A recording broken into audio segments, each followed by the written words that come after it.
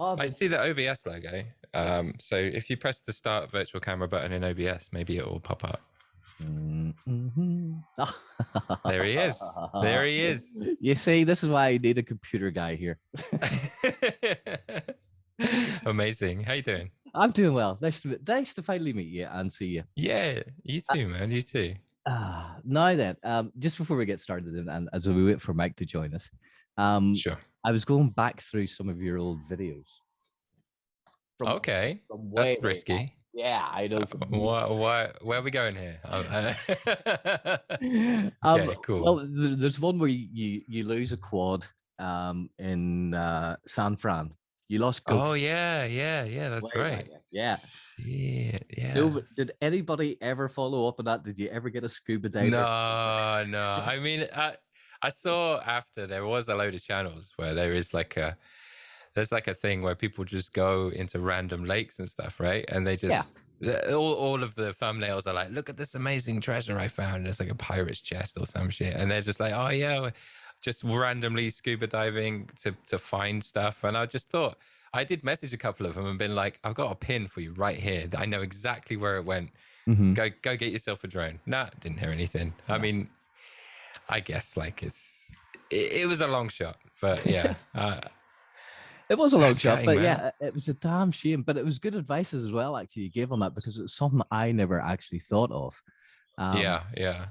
Do you know what the funny thing is, though? When I think back to that, it's like Crossfire was that's like the holy grail, the gold standard, right? It's the thing that we all strive to get towards when we start out in FPV. Because I started on FR-Sky, same as everyone else, 2.4 gigahertz. That wouldn't have been a problem. I went to Crossfire and then obviously going to the States, and it is a problem because they have these sort of very small ranges of the frequency they're allowed to use when it's that low. If I just stayed on FreeSky, I'd have been fine. It wouldn't have happened. But no, I went to the gold standard of Crossfire, and yeah, I got screwed by the regional differences. But it's my own fault, of course. Oh, wow. I didn't do my research. Oh, okay. They're saying your mic's a bit low, so I'm going to try and put a bit low. Yeah. Okay. I'm almost peaking on my end, so I don't want to turn it up here if I can help it. Take a little look at my settings. Is there a way for me to see the Royal They? I guess I can. If you go on to the website, search YouTube for Sonic Tonic FPV, that will be my channel. Oh, okay, sweet. And you should be able to see it there. Right, guys, so give me a little second and I'll try and turn this up. I think I might have to add a screen here, actually. Do you do these on the regular? I do, yeah. I sort of do it I try and do it every Friday. Nice. For a little bit of, it's just something to do, isn't it? Yeah, man. For Friday nights. Sure. I'm usually sitting back here doing a lot of stuff. Hang on a second. Window capture. Add a new one. Okay. You sort your tech issues out. I'll just quickly check if Mike is awake. It'd be cool if we can both get on, but if not, I hope that I will suffice. Yeah. You'll be more than enough. I'm quite sure of that. How long do you? Oh, thank you, man. How long do you usually stream for? Usually about an hour. It can sort of happen. Okay, cool. A little bit longer from time to time as well. So it all kind of depends. Right, no worries, I have that screen capture. Let's see if I can turn up the audio of it now. I can find it. That'd be great. I'm looking at your stream and I see. Oh, I see. You're sorting out the windows. Okay, all right. You think I would have tested this out beforehand, but yeah. Nothing like doing it live, right? You know? I like doing it live. I always have. I used to do radio a long time ago back, and oh, nice, cool. Everybody used to say, "Oh, you should prep and do this and do that." I never prepped, and the best shows were always. I would prep if I was doing interviews, and try and find out a little bit about people, obviously. But okay, I always like sort of doing it off the fly, and sometimes whenever you don't, go and I'm just looking here. Whenever you go and don't actually sort of look up and see what people are at, if you don't do the research, sometimes the questions then come a little bit more naturally. and Okay. sort of find Just out different things. I freestyling. once interviewed, oh gosh, I'm trying to remember his name now. Hang on. Phil Coulter, believe it or not. I had to interview Phil Coulter. He's a very famous guy, plays piano from here. Okay. Worked with Elvis and the likes of that there. And I never knew anything All right. about Big him deal. because I didn't like him, so I didn't really do anything with him. And fair enough. The interview lasted for about an hour. Uh-huh. And he was just such an interesting bloke. But it was because I didn't really do, or even chat with him or look up any research or anything about him or anything like that there. So it was cool. Did you try and listen to his stuff and were just like, no, I don't like this? Or did I was you just aware. Go, nah? I was aware of his stuff. Yeah, okay. I knew what sort of stuff he'd done and stuff like that there. But yeah, no. Mike's joined. Mike has joined the chat. Yes, he has. What up, Mike?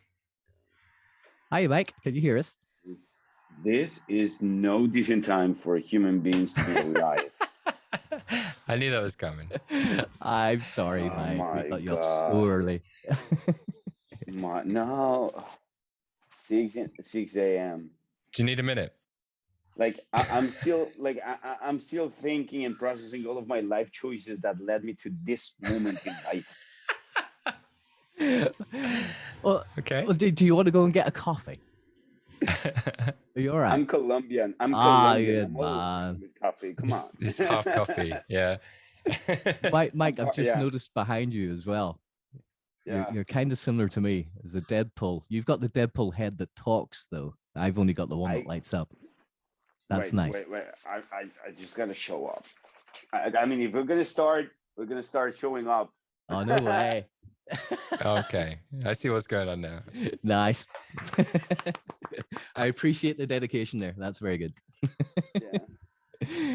Right then. Shall we get this started then? There's music playing for some reason. Is there? Oh, I know why there's music playing. Hang on a sec. No, it's not. It must be. That ain't me, Chief. No. I don't hear any music. Is it Mike? Your theme tune? Is my theme tune still playing? No. There's nothing on the call. Maybe it's on your OBS. Today the setup is different. Today we're in my home. We're at home. I was going to say, yeah, not in the office. It's kind of different.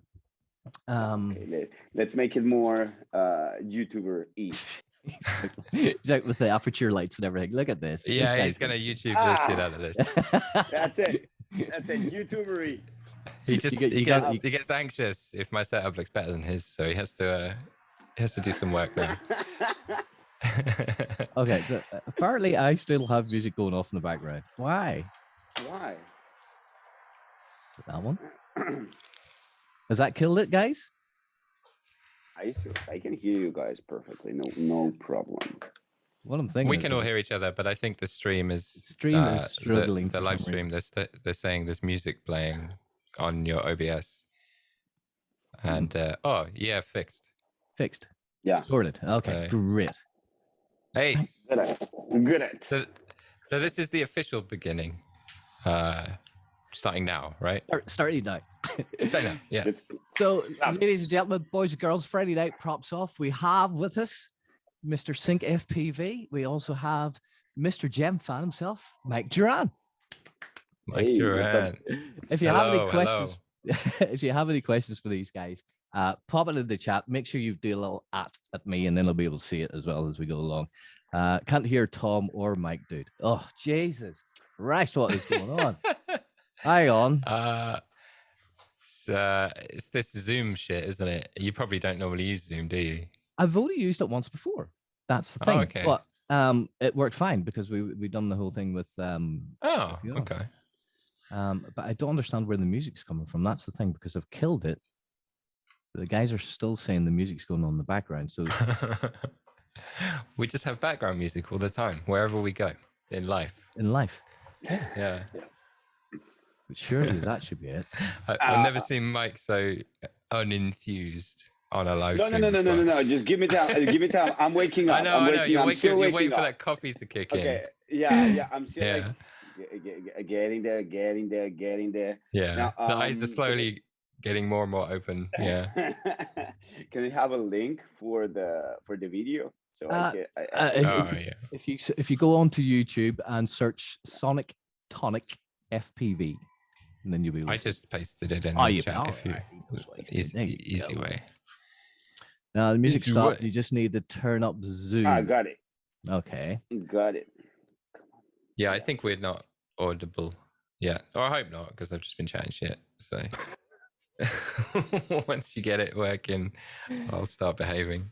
Give a second. Guests, Big Oily Guy says the guests are quiet. It's 6 a.m. here. Give me time.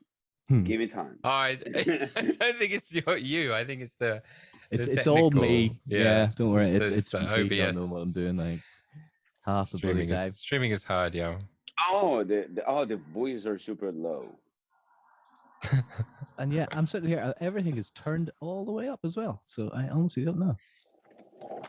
Can you see us moving on the little green line or whatever it is? Yeah. Okay. I mean, I can set it up here, but I think it might risk clipping. I can see if that works. I can turn it up too from here. I can turn it if up that helps from the dark side. I can't help thinking about your.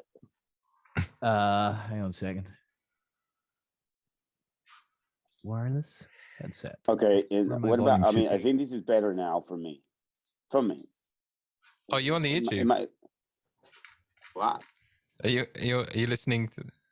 I was trying to listen through my headphones, but it's not actually working. It's coming through my speakers, you see, and I think that's why it's coming through. I did have a problem with the OBS at the start of the night. It would not play, so unless it's. Oh yeah, I can. I've put the YouTube video stream audio on, and there's quite a lot of background noise, and it sounds like everything's a bit quiet. I don't know why. Okay. Darth Gemfan, yeah. The dark side is the path of multiple crops. What the fuck, Mike? Is there a way of doing this without OBS? Is there?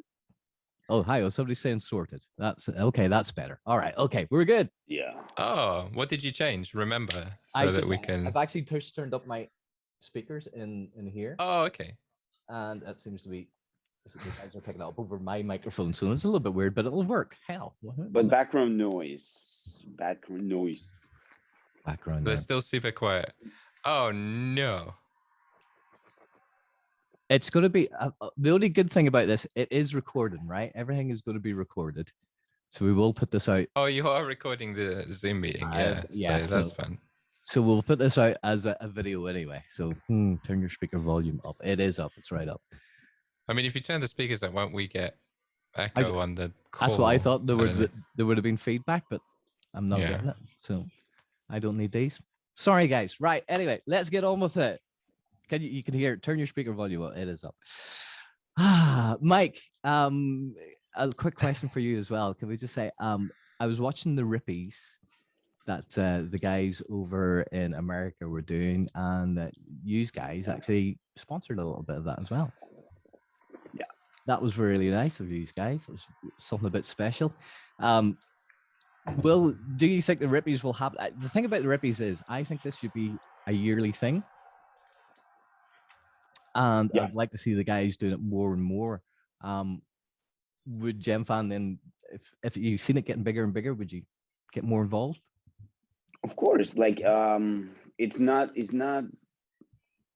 the event is not about size. Let's say it was not about the size of the event. It was not about the amount of people. It was supporting the idea that Miss Shand, the Don, had to keep his memory alive. So my idea for this event is not like to focus on the size, not to focus on the audience, but focus on the message itself that the event was trying to give to the community. That like I'm very community focused, so I think that was the most important thing. And of course, if they want to keep doing it, I think we will keep helping and supporting the event as much as we can. Great news, brilliant, fantastic news.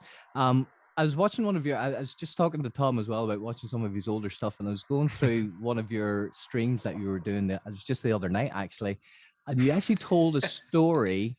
Don't cringe. You told a story about how Gemfan started, and I thought it was actually a really beautiful story about how your boss changed the operation. Could you just reflect back on that now and give us a little version of that, because in case anybody missed it, because I thought it was really nice.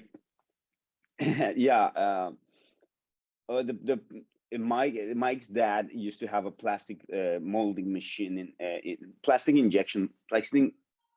molding injection. It's early, company. Mike. It's okay. Okay, wait. Okay. He had a plastic injection molding like company, and he was working for companies like BMW and Volkswagen, making the plastic parts for those cars.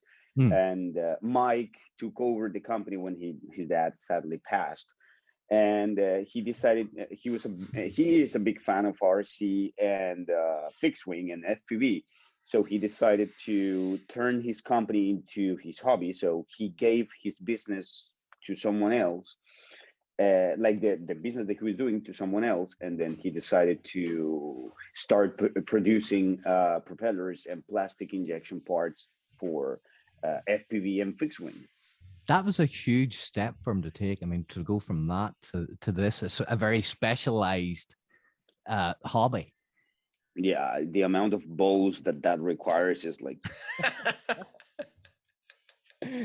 Well, that's part of FPV. You need big balls to be able to do FPV. So I think that's a fair assumption. Yeah, it's absolutely lovely. Right, you're also talking about in your latest, because you two now have YAW SPIN, your own little corner of the internet where you do this. We would call it a podcast, but it's almost like you're it's just like these two guys chatting in the field whenever they're out flying. You've hit on an interesting issue there, is because we've tried hard to not call it a podcast, but we don't actually know what to call it. So if you have any suggestions. but think, I mean, we say it's not a podcast, but the logo is a microphone. Yeah, but well, it's got goggles on, like. But it's a microphone. It's kind of a podcast. Because the pun is, it's like jaws. It's like your spin on things, your take on things that you make with your jaw, which you obviously speak in the microphone. It has to have a microphone. I don't know, like. I mean, you could have come up with a better logo, Mike. Just saying. You left me to do that shit. I'm not complaining about the logo. I'm just saying. I'm not complaining about the logo. I'm just saying. I mean, it's not weird for people to call it a podcast. No, it's not weird, of course. But it is. It's kind of. It was born out of the necessity for ranting. I think just there was always something that Mike wanted to chat shit about, and it just sort of came naturally. And then it was like, well, do you want to like record some of these, because we just get on calls and just talk crap for an hour, and we're like, well, let's record some. So we kind of like try and do it a little bit more professionally. Like we'll have topics ahead of time, and we'll chat for an hour, and then we might be able to separate that into like 3 or 4 topics, but it's edited. I think that's the thing. It's like I like that it's kind of like to the point and edited, and it's like, because asking someone to listen to an hour and a half, 2-hour podcast or whatever is quite you're expecting a lot out of someone's time. I mean, that for a lot of people that is something that they're looking for, and maybe they'll be like, 10 minutes isn't long enough, I want more, and that's cool. But like, I don't know, I feel like when it's a video focused thing, because we don't have it on Spotify or anything yet, that's asking for a lot of someone's attention. So trying to keep them like 10, 20 minutes. That's the goal. Yeah. So it's a podcast, but it's squished podcast. A small podcast. Topic segmented podcast, let's say. Yeah, sure. Yeah. Well, you say it's edited. Would it be worthwhile then putting the unedited version out as an actual podcast on Spotify? No, Mike's going no. No. You maybe keep this in mind, but keep this in mind. We're speaking English, which is your native, like your mother tongue. Yeah. I doubt my words every step of the way. I'm just every time I'm just yeah, there's so many I have to cut out of.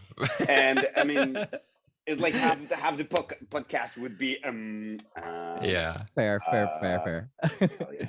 But it's I don't know. Yeah, it's cool. I do think there could be some value in that, but then some of the things that I mean, I don't care because I'm not like an industry person that has a job. But I don't know. Some of the things Mike might not want to be aired in public, and they're probably good to be edited out. That's fair. No, coming from radio, I completely understand that. You understand that part, yeah. Alpha Charlie's in the chat going, Mike's tangent, number 22. Yeah, number 20. Yeah. But like on the next episode, you'll see Sing's tangent. Oh, Sing spoiler. Because, okay, I just want to be clear. The last episodes, Tom has edited them, so he's focusing the tangents on me. But now I'm editing, starting to edit, so now I'm focusing the tangents on him. Because I mean, okay, this should be fun. I haven't seen Mike's edited ones yet. Where we kind of like share editing responsibility. So I did the first, however many right now, 5, and then Mike's going to do the next ones. But it's. Can I get a preview, Mike, before you put it on your channel, or I've just got to see it live and just be like, gotta see it live. That's how it is, mate. Okay.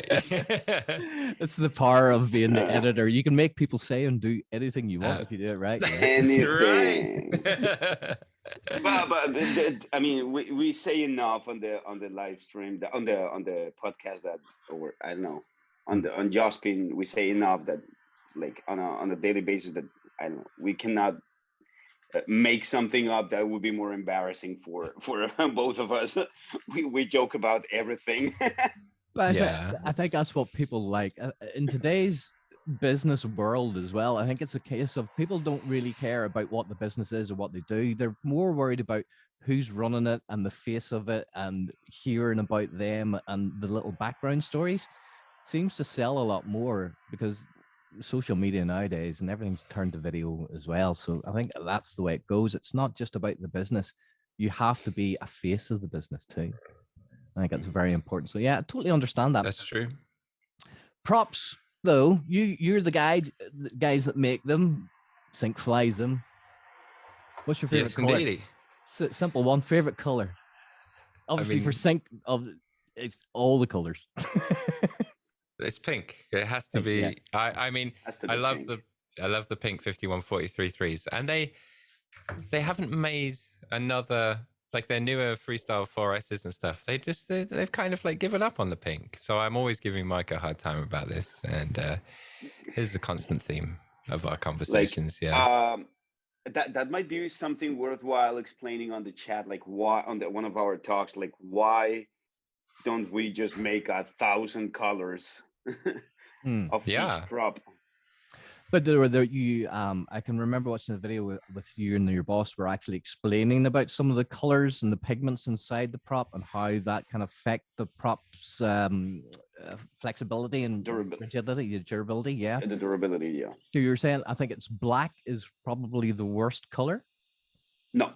There is no worse color. Like it's like having water. If you have you want your prop to be like a water. It's like 10 times. Yeah, and if you start using like color dye, and it will start not like the taste of water is going to start changing. Yeah. After a while.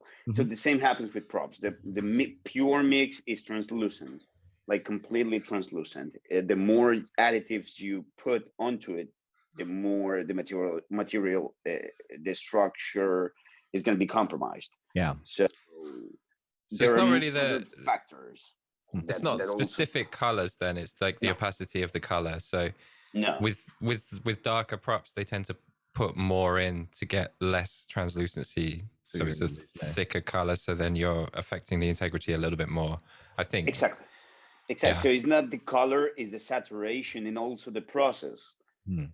Like there are different processes that make different, like change the durability of the props.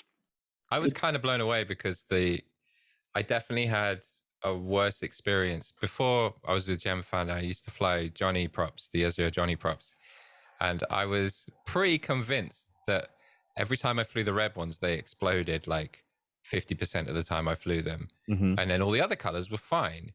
And I didn't know this fact that Mike has laid on us. So I just thought it was all in my head. But now I do think there probably was something different about the red dye that was affecting the integrity of the prop more. Yeah. Done something to the properties. It's good to know that sort of thing. That's the thing. We don't know about these things. The other thing is, this is good, Mike. This is for you. On a golf ball, right? We have, this is maybe a tangent, but there's dimples on the golf ball, and the dimples sounds like it. The dimples on the golf ball are there to help it fly through the air. Yeah, I've always wondered, why don't wings and props have dimples on them? Would it... that is a very good question, and actually I asked that same question to Mike, to the big boss, and he gave me an answer that I still don't remember quite well. It's one of those ones where it's all sciencey, I'm guessing. I mean, he said that something like that, like the surface of the prop is not gonna be like, it's not curved enough, so the interaction of the air with the blade is more of a sharp interaction than the ball tends to be more of a curved interaction. So then it's going to be more useful to have pimples on the surface, but not in the case of fixed wing or propellers, because the propellers have a sharp interaction with the air, which is not going to be so efficient.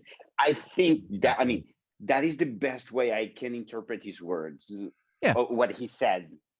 Yeah, but yeah, that would be right, because I suppose the golf ball, whenever it's flying and it's spinning, and it's got to disrupt that air around it so that it gets through it. So I suppose we're doing it differently by spinning this way rather than the way that the golf ball flies through the air. So yeah, we're more flat and it's going round. Yeah, kind of makes sense. Yeah, good to know. There is also like a prop that had some like added surface, like they had the lines, right? They had like lines down the blade. Oh, it was not Kurt. What was the name of the brand that did that? I seem to remember one that did that. The really expensive motors as well. The Armathon guys. But no, it was not like mathematically and like on efficiency, on everything else. We made the test, and it was no significant change. Was it Carrera? I think it was, right? It was like Carrera. I seem to remember the brand that did the props. But yeah, I don't think they came off too well in tests. Yeah, the Aero blade. Yeah. By the way, I think it's your fault that I actually started off as well flying the Johnny props. Oh, really? Sorry about that. Did they explode on you at all? No, they were fine. But I think for me, especially as which color? Oh gosh, I think I just had the gray, grayish black ones. Yeah, the faded black. But I think they were a little bit too aggressive for me as a starter, probably, because they were a little bit aggressive. The Johnnies, weren't they?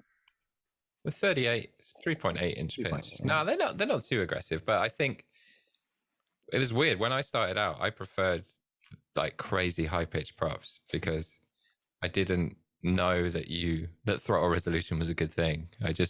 I was like, oh, I hardly have to push the throttle stick and I'm hovering. That feels better. That just seemed like a better thing when I didn't know anything. I think it was basically because I used to fly in parks and stuff, and I was like, oh, I don't need to be as loud. Yeah, because the throttle was so low and I was still hovering because I was using like 4.6 inch props, pitch props. So I was just like, yeah, this is way better. And then so all these sort of low pitch props I hated when I started out, until you start trying to fly close to stuff, and then you're just like, oh, okay, now I get it.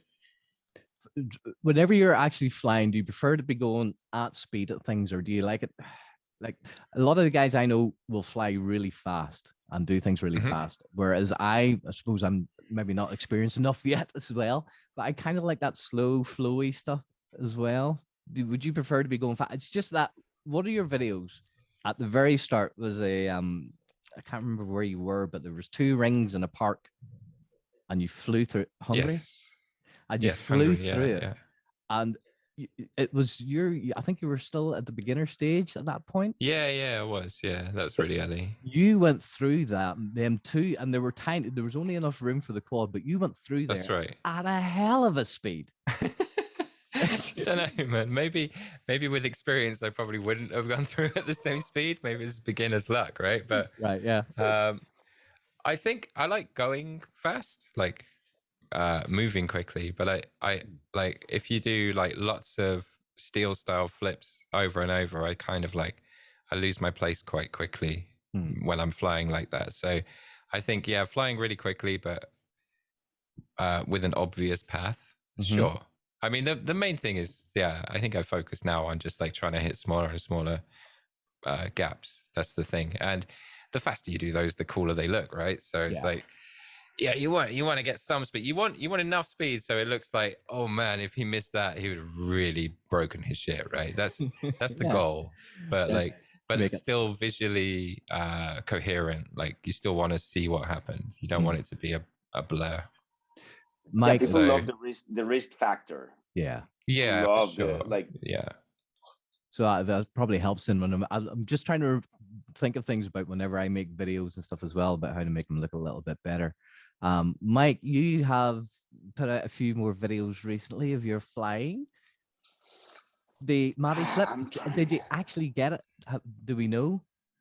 Oh, shit, what's this? Running out of time. 40 minutes. I don't know what that is. Thank you, Zoom. Thank you, Zoom Daddy. Have you managed to get that Matty flip where you go over and then under the somersault yet? Did we get to know? Not yet. Not yet, because I haven't been able to. I haven't been able to do that. Like take the time and do it again because I am focusing on new product launch and some different stuff. So I'm not flying as much as I would like to. Now tomorrow I'm gonna fly, but I'm not gonna fly that place. But believe me, it's gonna be like I'm gonna try that Matty flip as soon as possible. You were so close as well. That was the thing. Like whenever I was watching, I was going, "Oh, he's done it!" Like no, he hasn't. No. He's done it. All right, can we talk about Matty flips for a moment? I don't have a quad handy. We can. Let's pretend this is a quad. Now. Oh, you're a Pepsi guy? Oh yeah, no, have that's you not? Oh, mate. Coca-Cola, full Coca-Cola, man. God. I'm leaving this call. Like, you guys are wrong. Like, bye. But what I was going to say, Matty flips, are we doing them wrong? I'm going to leave it here just for the rest of the show. Sponsorship there. Product placement. Go on. Sorry. Matty flips. Derailing your show. No, not. Are we doing them wrong though? Because if we think about how we do a power loop, okay, we have a gap, we go under the gap, we fly over it, and then back and round it. So we go through that gap twice. If we do a Matty flip, we only go through it once. So surely if we're doing a Matty flip, we should be going under it, over it, and back and round it again. Was that not really I mean, Matty flip? That should be technically a Matty flip, but that would make you perhaps poor, breaking shit all the time. No, I mean that's like you can do it like that, right? You can just keep going forever if you're dialed in. But I would argue that would be a Matty loop because we're just doing a flip, right? Yeah. I know. I honestly don't know. You'd have to ask the man himself, right? But I think he like the original Matty flip was probably done going through the gap twice. I imagine. But we've adapted it in the way that we fly, right? So I don't know. Maybe it is a risk thing. Maybe it's just we're not flying 65-degree camera. So that is the other thing. Yeah. At least he could see where he was going, whereas everybody who's flying a normal camera angle really can't see the gap. But I always thought about that. Like, you just cross your fingers and go. I'm gonna just gonna feel it. I'm just gonna feel that gap. It's there somewhere. I'm just gonna feel the hit. Puckered butt and away you go. Right. Mike, I know it's early in the morning here for you. But is there any chance we can see your hair a little second? Not that hair. Oh, okay, Let me stop you right there. You didn't specify, man. Oh, you you gotta didn't specify. Hair on your head. Yeah. Okay. Sorry. There's just a thing here. I want to put together. Can we get a little glimpse? Can we get a glimpse of your underneath the hat? Yeah. Right. So he decided he wanted to look more like me. So, I want to be more like Tom, so I decided to have really poor tasting in soda and have white hair. What I was thinking is, if I dye my hair, does it mean I become a better FPV pilot? Because it seems to be the thing now. At the minute, we're all dyeing hair. Yeah, you know. This ain't dyed, man. This is our natural. I'm just gray. Yeah. Seriously. No, but you're not completely gray. I saw on the video you turned your head and you have like a little bit of like dark chunk in the back. Yeah, the last remnants of my youth are just hanging out back there. Yeah. No, it's all real. But it's still there. I was gray. I apologize. By the time I was like 28. Yeah. I apologize. I thought it was all dyed, but yeah, I like that. No, man. No, it's all real. Look, hello everybody. Mike's is dyed though. Yeah, he's an imposter.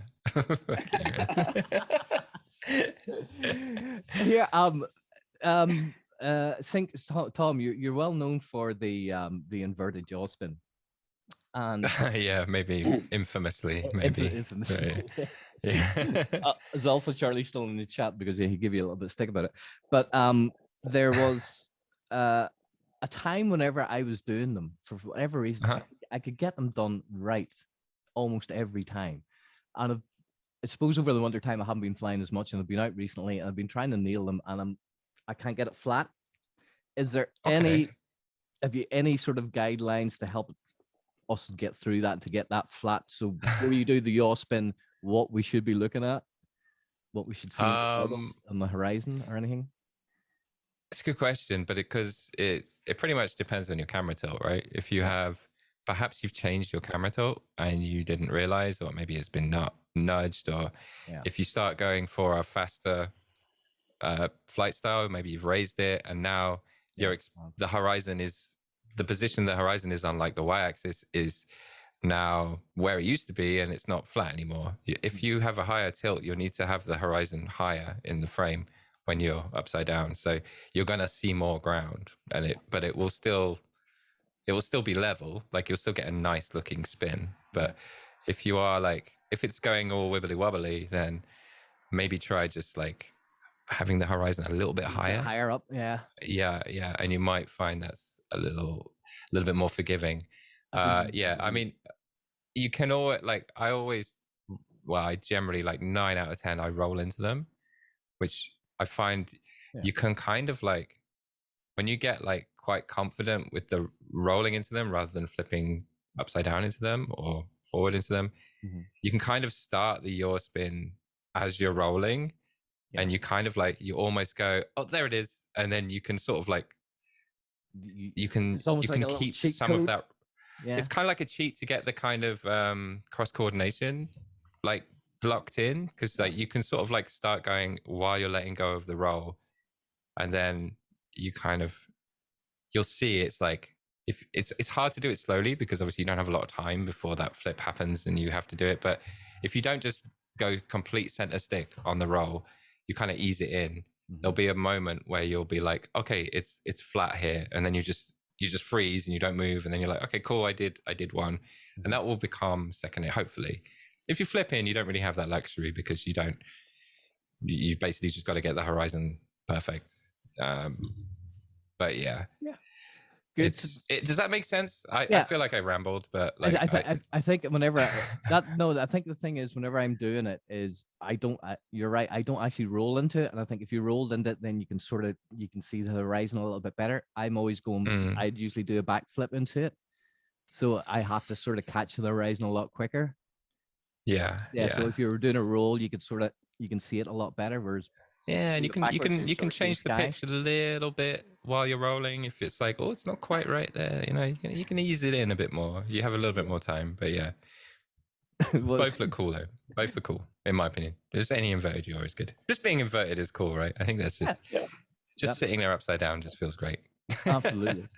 Learning to fly. Let's talk about just a quick little bit about learning to fly, because time is pushing on and I don't want to keep Mike up at this time. It's all good, man. You already got me up. Like, what's the worst? No, he's not gonna go back to bed. It's like it's 6 in the morning now. Yeah. He's up now. Like up for the day now. Yeah. Saturday. Shame on you. When you're learning to fly, I felt that whenever I was learning, that there's a point where you're reacting more to what the quad's doing at the start. So you're not really in control. It's more that whenever you're starting to fly, you have a little bit of control, but the quad will maybe do something, or you'll move a little bit, but then you have to react to it. And then there's that point where that stops and the quad is doing exactly what you want it to do. How long do you think it took you to get to that point? Or was it just pretty natural to you where you thought, okay, yes, I'm in full control of this?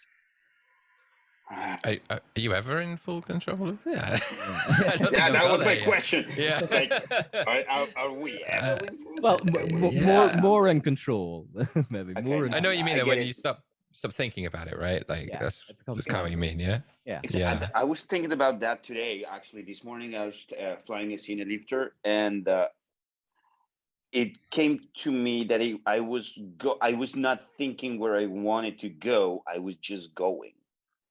Yeah. I was just think about it. Being like I'm gonna sound very, very, very Karate Kid. I was being the drone. So I was like, I was not thinking. I was okay. Let's go there. So I think it came to me when I stopped.